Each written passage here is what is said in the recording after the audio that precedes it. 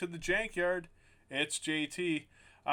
Instead of doing a deck tech for this video, we're actually going to do our second dive into the spoilers from Theros Beyond Death. So, looking at a few here that, as I look at them, I go, wow, I could have some fun making a bit of a janky deck, something cool with these, and a couple of them, of course, jump out at me right away because they speak to my heart. Let's start, speaking to my heart, let's start with this one, Teodoro del Destino. According to Google Translate, it's Destiny Weaver. I have the English translation here. It's an enchantment creature human, and creature and enchantment spells you control can't be countered. Okay, that's nice. I'm a modern humans player. That sounds like fun to me. But for also thinking like Pioneer and Standard, that's not a bad thing. It's nice to play a lot of creatures sometimes, and enchantments are definitely going to be a thing in Theros. But then the really cool part is 3 and a green. Target land you control becomes an XX elemental creature with haste and trample until end of turn, where X is the number of enchantments you control, and it's still a land. And Destiny Weaver is a 2/3 for 2 mana. It's not a bear, it's better than a bear. Alright, this has my attention. We're starting off with it because I'm thinking about my big Butts deck. For those that aren't familiar, I play a Bant Butts deck, green, white, blue, that focuses on attacking with the doing combat damage with the toughness as opposed to the power of the creature. So the butt, the back number, the back end. So, and that uses High Alert in Standard, High Alert in Watley, and High Alert in Assault Formation in Pioneer. And with that in mind, in a Butts deck, this becomes a 3/3 for 2 mana. Not great. Definitely not great. But it's nice. And what it also then does is it gives me that extra creature. If we're going a little deep in the game and I need an extra creature to swing in, I can spend 3 and a green to immediately make a land a 2/2 at minimum, usually. Because they usually, at this point, will have a High Alert out. Well, I shouldn't say at minimum. Hopefully a 2/2. Have a High Alert out. And this, of course, counts as an enchantment. So, in the Standard deck, the only enchantment I'm running is High Alert. And sometimes I'm using Watley as my enabler. So, it's not always going to be great. And so, truthfully, I don't love it for Standard. But Pioneer. Because Pioneer, you're going to have High Alert. You also have Assault Formation. And sometimes you might put out both just for redundancy because they might kill off one of them. But also, it plays Nyx Fleece Ram, which is an enchantment creature from Theros, the original Theros block. So all of a sudden, Teodoro del Destino can make that land a 4/4. So it's not a bad card. It's interesting. I had a friend raise this with me today and said, "Hey, what about this for Butts?" Definitely something worth thinking about for Butts. I'm not 100% in love, and I think its home is more Pioneer than Standard, but definitely an interesting card, and one that I'm definitely gonna test drive in Butts once we get going. All right, let's run in through some red cards now, and we're gonna start with Blood Aspirant. Now, this is an interesting card. 1 in a red for a creature Satyr Berserker. I'm always happy with Berserkers. Remember we talked in the last video about Galea, which is the red and a green legendary Satyr Lord. So here's a Satyr. But what I really like about this, so this would be very fun in like a Rakdos sacrifice deck. 1 in a red, Satyr Berserker. It's a 1/1, but whenever you sacrifice a permanent, put a +1/+1 counter on Blood Aspirant. Okay. It just keeps going up and up. For 1 and a red and tap, sack a creature or enchantment. Blood Aspirant deals 1 damage to target creature, and that creature can't block this turn. So that's kind of a cool little 1-2 punch that I quite like. What it's saying is, you build it up and then you attack within the next turn, but in the interim, if you have other creatures out, you can attack in, and you're either killing a 1 toughness creature of theirs, or you're doing 1 damage and forcing them to not be able to block with one of their better creatures. So it's good if you're building up a board. You definitely need to, I think, I like the idea of a black-red sack deck and a black-red deck that has a lot of low-cost creatures. Maybe some low-cost enchantments, because that's the only way you're going to build up enough so that you can sacrifice something and attack. Or you can look at a tokens deck. A tokens deck might be the route to go, so you can sack some tokens. So it's not amazing, but it's interesting, and I definitely like it. And it's going to lead us into our next card, which also cares about sacking, and that is Dreamscape Shaman. It is a 5 and a red, so big cost. Enchantment creature, Minotaur Shaman. 5-4. At the beginning of your end step, you may pay 2 and a red and sacrifice a non-land permanent. Again, and I'm feeling in a lot of Theros cards that there's a big sacrifice theme. It makes sense. We're talking about the lore deals with the underworld, the Hades of Theros, if you will. So it's not surprising that there is a lot of sacrificing. The big thing is just, how do you make it worth your while? And you need to have things you can sacrifice. So that's why I'm leaning towards some kind of token generation or just a lot of low-cost creatures. Now, Dreamscape Shaper Shaman is going to take a while to get out. But at the beginning of your end step, you may pay 2 and a red, sack a non-land permanent. If you do, reveal cards from the top of your library until you reveal a non-land permanent. Put that card on the battlefield and the rest on the bottom of your library in a random order. Okay, I like that a lot.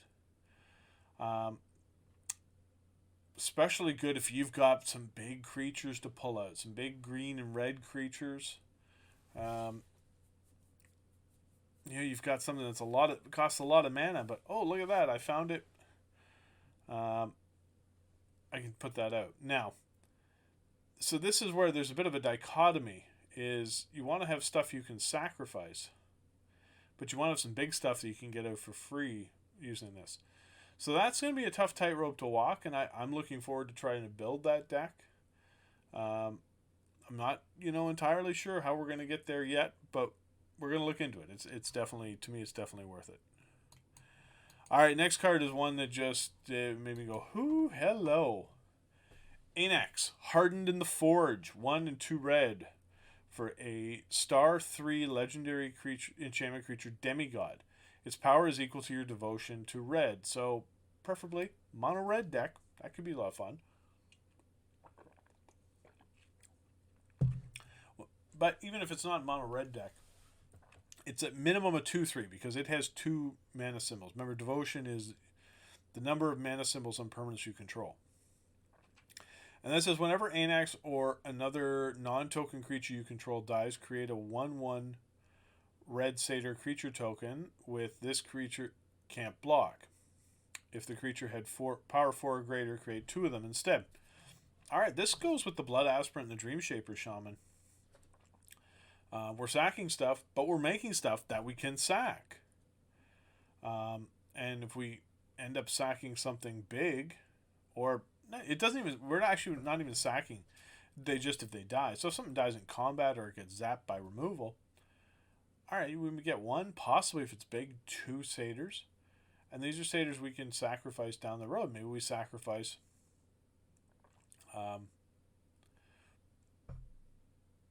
to the Blood Aspirant. Make the Blood Aspirant bigger. Or we sacrifice to the Dreamscape Shaman and pull something bigger out of our deck. These guys all work together. So it could be a really nice mono red deck. Or it could be a nice red-black deck.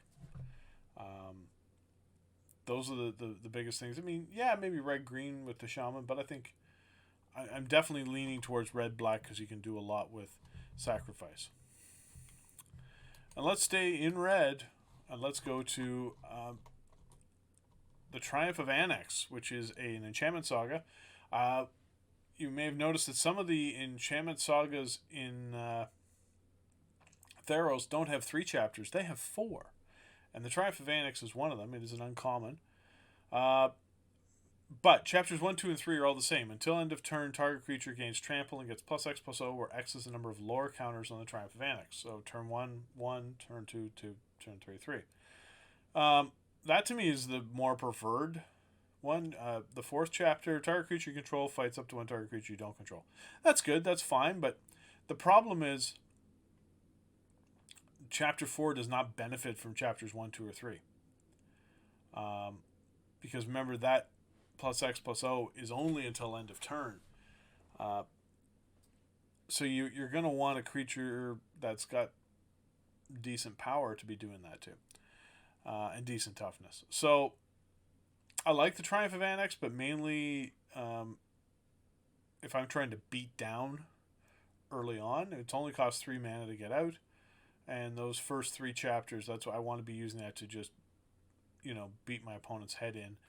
So that, maybe chapter 4, I'm killing one of their creatures to finish the job off, if I haven't already. But it's an interesting card to build around. All right, and let's get one more red card here. There's a lot of red cards that jumped out for me, and this is Purphoros, Bronze-Blooded. I may not have been around during the first Theros block, but I've heard of Purphoros. This Purphoros, 4 and a red for a 7/6 legendary enchantment creature god. Okay, 4 and a red for a 7/6. Boy, does that pass the sniff test. However, it says as long as your devotion to red is less than 5, it isn't a creature. Other creatures you control have haste. So this is fantastic. Again, I want to play in a deck with a lot of red mana symbols or red pips. This with a Torbrand. Woo! That'd be fun. Between this and Torbrand, you're already at 4 of the 5 mana symbols you need. And then for 2 and a red, you may put a red creature card or an artifact creature card from your hand onto the battlefield. Sacrifice at the beginning of the next end step. So this is where you can have a lot of fun. One, you could do that to allow this to attack, because that ability is still there, regardless of whether or not it's a creature. But say if you're a couple of mana symbols short, you can pay that 2 and a red to put out a big thing that you maybe otherwise couldn't afford to put out, that has a couple of mana symbols and gets you over the top. So that's one thing to think about. Also, just bringing out a big creature to swing.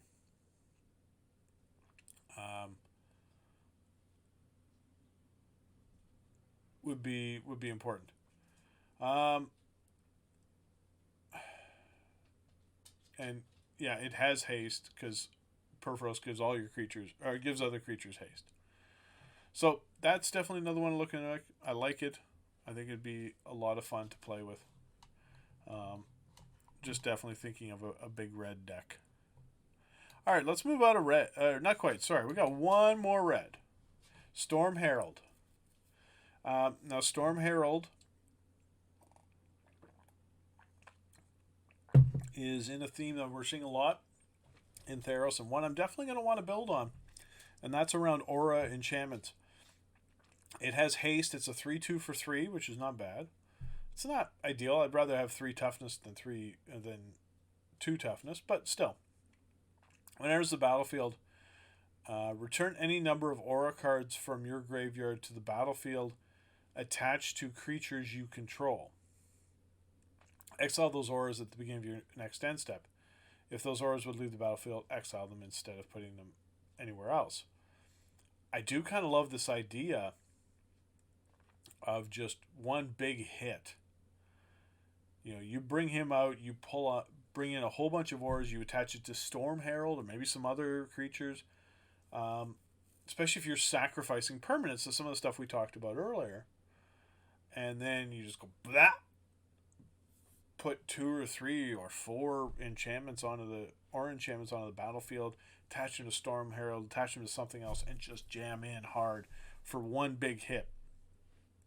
So that's what it definitely has me interested in Storm Herald. Now that's all mono red, but I got another guy that's got a little bit of red to him, and it's Hacktous, the Unscarred. Okay, now Hacktous the Unscarred, I've got him here because it's just freaking weird, and I like it. Firstly, it's what they call a CCDD card. So it's 2 mana symbols of one color and then 2 mana symbols of another. That is not an easy mana price to pay. So that's one thing to definitely think about with Hacktous the Unscarred. As he enters the battlefield, choose the number 2, 3, or 4 at random. And then Hacktous has protection from each converted mana cost other than the chosen number. It's just a weird card, and I think that's why I'm kind of intrigued is, yeah, you get him out there, and you might just luck out and be able to attack in, because... And it's not even luck out. I mean, that's 2, 3, or 4. So, okay, say you roll a 4... and they have a couple 3 mana creatures and a 2 mana creature, well, he's got pro from all of those.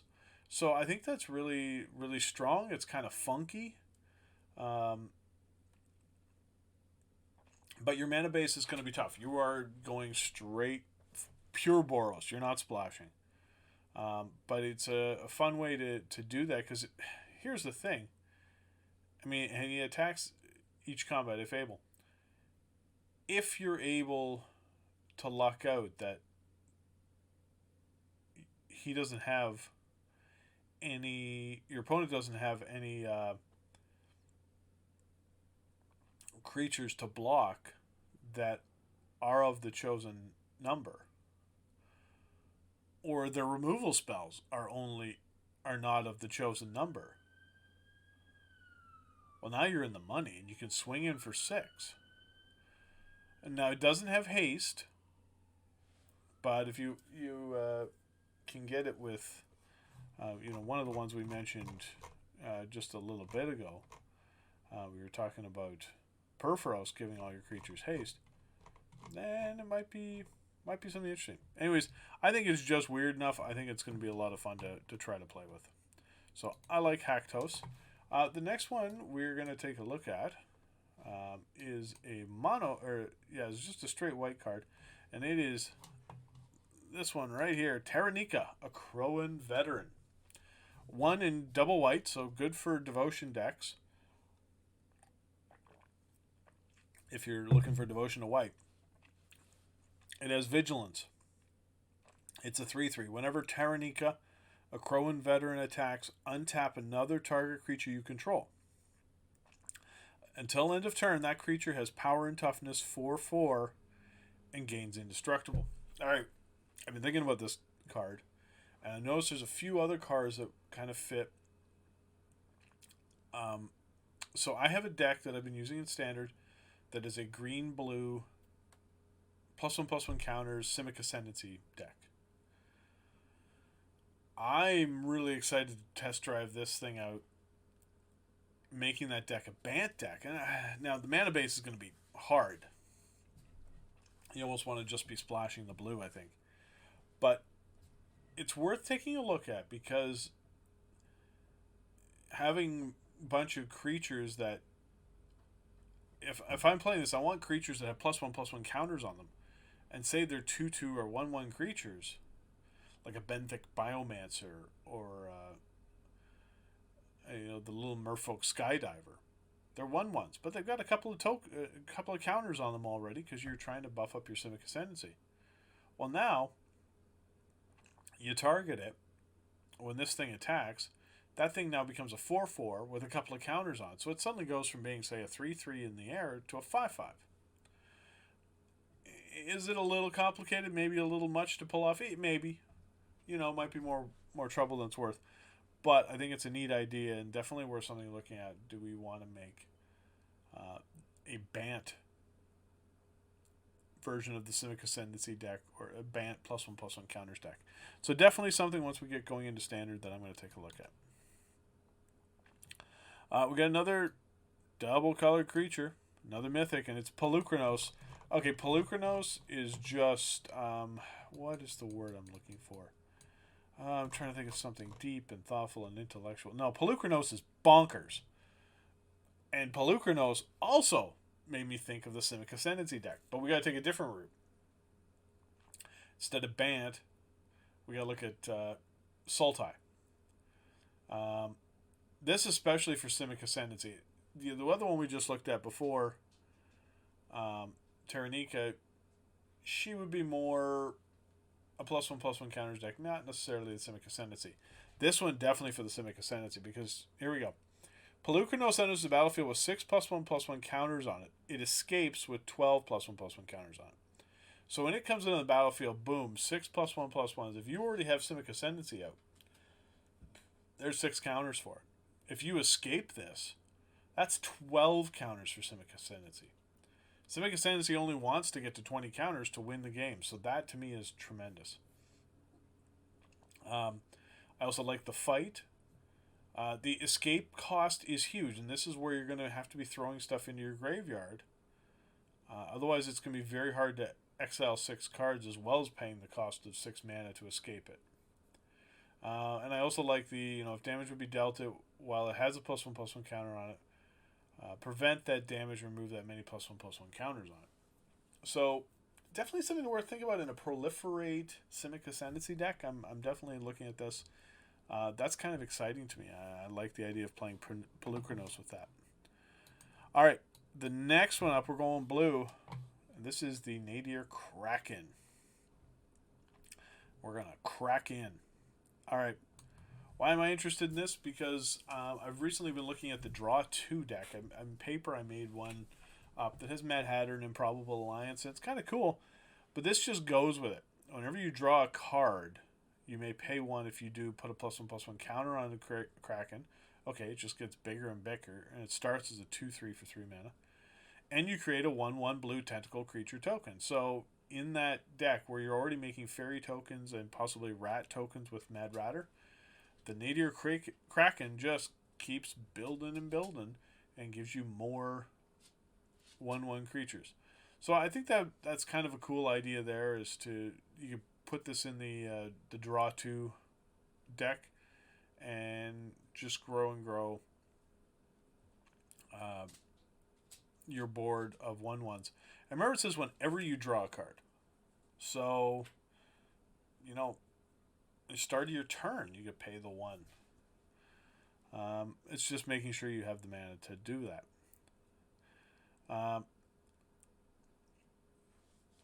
Now, let's move along. And we're moving into an area that I'm a big fan of. Mill. And I'm quite excited by this one. We're going to get into the Devour of Memory. Now, the Devour of Memory is a 1 blue, 1 black. Sometimes colors just, what comes up here and what comes out here. 1 blue, 1 black for a 2/1 creature nightmare. Okay, stats, But whenever 1 or more cards are put into your graveyard from your library, Devour of Memory gets +1/+1 until end of turn. It can't be blocked this turn. So, and then for 1 and a blue and a black, put the top card of your library in your graveyard. I think there's the potential for a really interesting Damir Mill deck in Standard coming up, with this at the forefront of it. And a lot of the other cards that we already use, like Drowned Secrets, Jace, stuff that you can target yourself.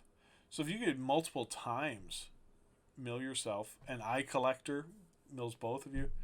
So if you can mill yourself multiple times in one turn, this might get +2, maybe +3 if you can hit yourself that well. Even the +2 makes us a 4/3, and that's very strong. if you're able to play something that you know target yourself, mill yourself 1 or 2 or 3, and then you know put the top card of your library in your graveyard, do it again, or the Eye Collector, Sir Conrad maybe. So these are all interesting cards to think about, and I think there's a lot of potential for a really fun Damir Mill deck. And that brings us to the last card that we're going to get into at this look today. And this is also in this vein of milling yourself out. It is Thassa's Oracle. Blue. For a creature, Merfolk Wizard, it is a 1/3. When Thassa's Oracle enters the battlefield, look at the top X cards of your library, where X is your devotion to blue. Okay. In a Damir deck, that's going to be a little hard, but you're predominantly going to be blue anyways, I think, in a Damir Mill deck. Put up to one of them on top of your library and the rest on the bottom of your library in a random order. But as X is greater than or equal to the number of cards in your library, you win the game. Alright, those are my 4 favorite magic words. You win the game. I love alternate win conditions. This one's hard, but this is where you're milling yourself with various cards. Eye Collector, Devourer, Jace.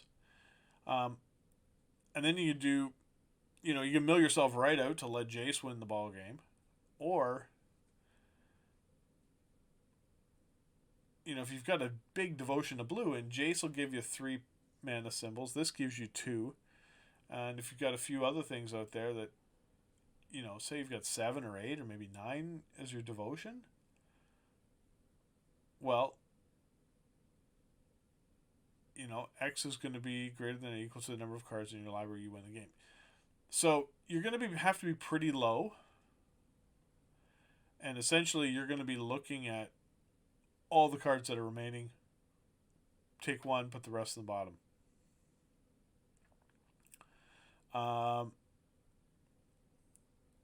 So it's going to be hard to pull off. This is one of those alternate win conditions that's going to be very challenging. But I love alternate win conditions. If you've watched the stream, I love playing with Happily Ever After, Attempsis the All-Seeing, Simic Ascendancy, which we were just talking about earlier. So I want to make this work. So I'm excited to give this a try. Is it going to be a challenge? Oh, absolutely. Is it going to be fun when we get to go off? Absolutely. I'm excited. So that brings me to the end of this second look at the Theros spoilers. There's more Theros spoilers coming out, and so I'm excited to see what else is going to be brought out. And we'll have another look later in the week. Just want to remind everybody, if you want to see the Jankyard's decks in action, check out our stream Wednesdays and Sundays at twitch.tv/JankyardMTG. You can also find out more about us on social media, Facebook, Instagram, Twitter, at JankyardMTG. You can also find out more by going to our website, jankyardmtg.com. And we'll have more videos. We've got lots of deck techs right here on YouTube, and I just ask you to like and subscribe if you like what you see here, and also click that notification bell so that YouTube can let you know when we put up a new video. So I hope everybody enjoyed this one, and we will talk to you real soon as we dig even deeper into Theros Beyond Death.